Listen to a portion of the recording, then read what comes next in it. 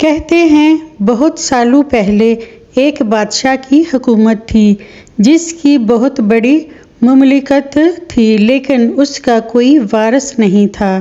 اس کی 7 بیٹیاں تھیں اور کوئی بھی بیٹا نہیں۔ بہت وہ جب خوش ہو جاتا تو اپنی بیٹیوں کو بلاتا، ایک لائن میں کھڑا کر دیتا اور پوچھتا، مجھے بتاؤ تم کس کا کھاتی ہو، کس کا پہنتی ہو؟ ہر دفعہ بادشاہ کی چھوٹی بیٹی جواب میں کہتی، میں اللہ کا کھاتی اور اس کا اوڑھتی ہوں، جس پر بادشاہ غصہ ہوتا۔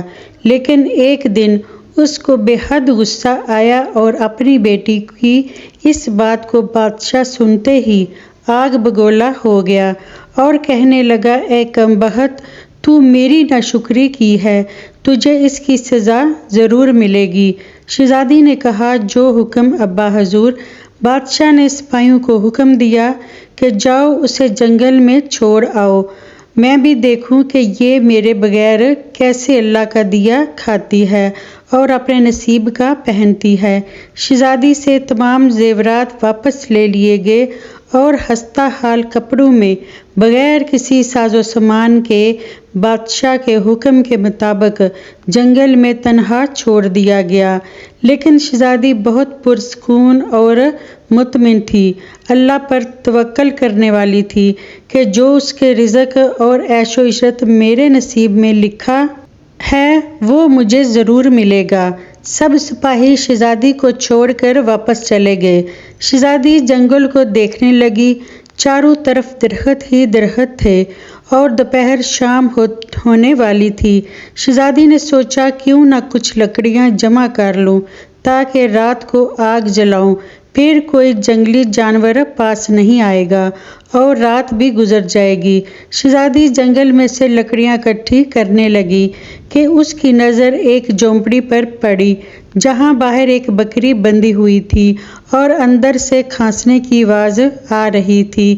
پہلے تو شہزادی بہت حیران ہوئی کہ اتنی ویران جگہ پر جھونپڑی ہے۔ جب وہ جھونپڑی کے اندر داخل ہوتی ہے تو کیا دیکھتی ہے کہ ایک بوڑھا ضعیف ایک چارپائی پر لیٹا ہے اور کھانستے کھانستے پانی پانی پکار رہا ہے۔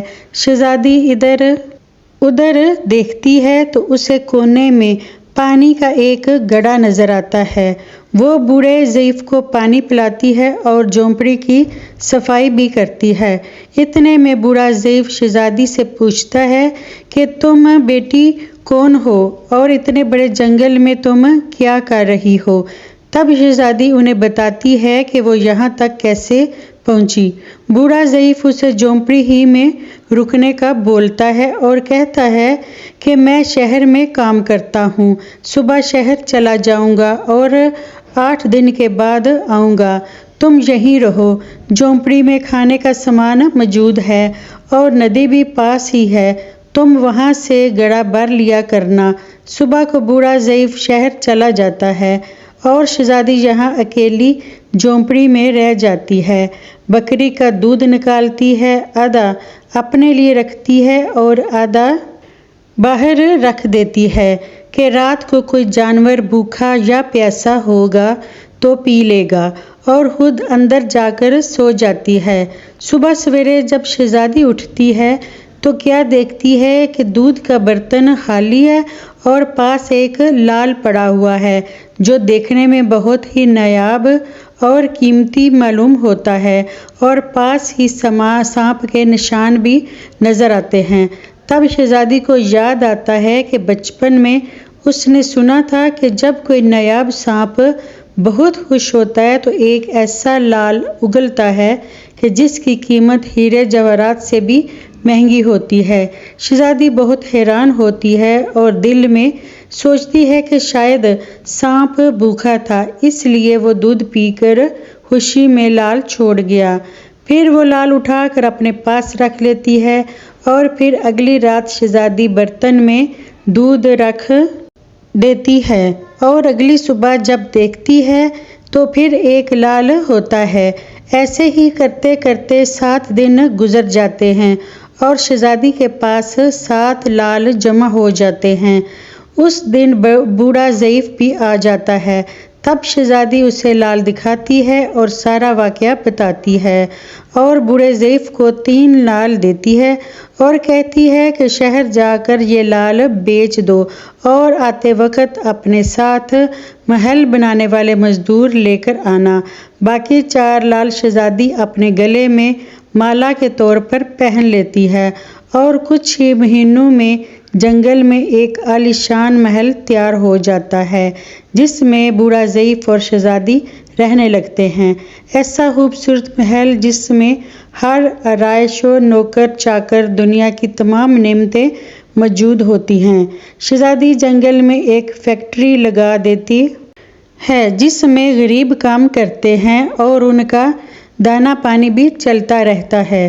دیکھتے ہی دیکھتے جنگل شہر نما بن جاتا ہے اور دور دور تک دھوم مچ جاتی ہے کہ شہزادی بہت رحم دل ہے۔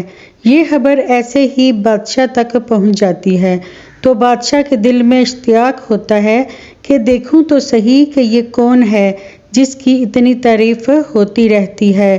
بادشاہ شہزادی سے ملنے سپاہیوں کے ہاتھوں پیغام بھجواتا ہے۔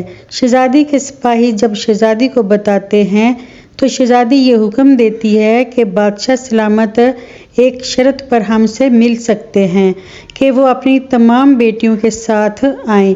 سپاہی جا کر بادشاہ کو پیغام دے دیتے ہیں تو بادشاہ اپنی تمام بیٹیوں کے ساتھ شہزادی کے محل جاتا ہے۔ شہزادی ان سب سے ملتی ہے چہرے پر نقاب کر کے اور ان کے لیے 7 رنگ کے کھانے پیش کرتی ہے اور ہر کھانے کے ساتھ اسی رنگ کا جوڑا اور زیورات پہن کر آتی ہے۔ محل کی شان و شوکت، خوبصورتی اور شہزادی کا انداز بادشاہ اور باقی تمام شہزادیوں کو بہت حیران اور متاثر کرتا ہے۔ آخر میں بادشاہ شہزادی سے کہہ ہی دیتا ہے کہ تم میری بیٹی کی جگہ پر ہو اور میں بھی تمہارے کہنے پر اپنی تمام بیٹیوں کے ساتھ آیا ہوں، پھر ہم سے یہ پردہ کس لیے؟ بہت اصرار پر شہزادی کہتی ہے ٹھیک ہے میں تیار ہو کر آتی ہوں۔ سب شہزادیاں آپس میں سرگوشی کرنے لگتی ہیں کہ اتنی تو تیار ہے، اتنے مہنگے زیورات پہنے اب اور کتنا تیار ہو کر آئے گی۔ اتنے میں کیا دیکھتے ہیں کہ دور سے ایک خستہ حال کپڑوں میں کوئی آ رہا ہے اور غور کرنے پر بادشاہ کو یاد آتا ہے کہ یہ تو ابھی تک زندہ ہے۔ میں تو سوچتا تھا کہ اسے جنگل کے جانور کھا گئے ہیں، کیونکہ جب میں نے اپنے سپاہیوں کو شہزادی کی خبر لینے بھیجا تھا تب انہوں نے ہی بتایا تھا کہ وہاں شہزادی کا کوئی نام و نشان نہیں، تو یہ کیسے ممکن ہے؟ بہرحال بادشاہ خوشی سے جھوم اٹھتا ہے اور کہتا ہے کہ شہزادی کو بلاؤ، میں تمہیں شہزادی سے آزاد کروا کے لے جاؤں گا، چاہے تمہاری قیمت میری ساری بادشاہت تک مانگ لے۔ یہ سنتے ہی شہزادی بولتی ہے نہیں ابا حضور، میں ہی وہی شہزادی ہوں۔ میں آپ سے کہتی تھی نا کہ میں اللہ کا دیا کھاتی ہوں اور اپنے نصیب کا پہنتی ہوں، بس اسی اللہ نے مجھے کہاں سے کہاں پہنچا دیا ہے کہ آج میں آپ سے بھی زیادہ امیر ہوں۔ پھر شہزادی اپنا تمام حال بیان کرتی ہے کہ وہ اس مقام تک کیسے آئی اور اپنے گلے کی مالا جس میں ابھی بھی 4 لال موجود ہوتے ہیں دکھا دیتی ہے۔ یہ بات سنتے ہی باقی تمام شہزادیاں دل میں رشک کرنے لگتی ہیں اور سوچتی ہیں کہ اے کاش ہم نے بھی تب یہی کہا ہوتا کہ اللہ کا دیا کھاتی ہیں اور اپنے نصیب کا پہنتی ہیں۔ اللہ تعالیٰ نے ہر انسان کے حصے میں جو رزق لکھ دیا جاتا ہے وہ اس کو مل کر رہتا ہے۔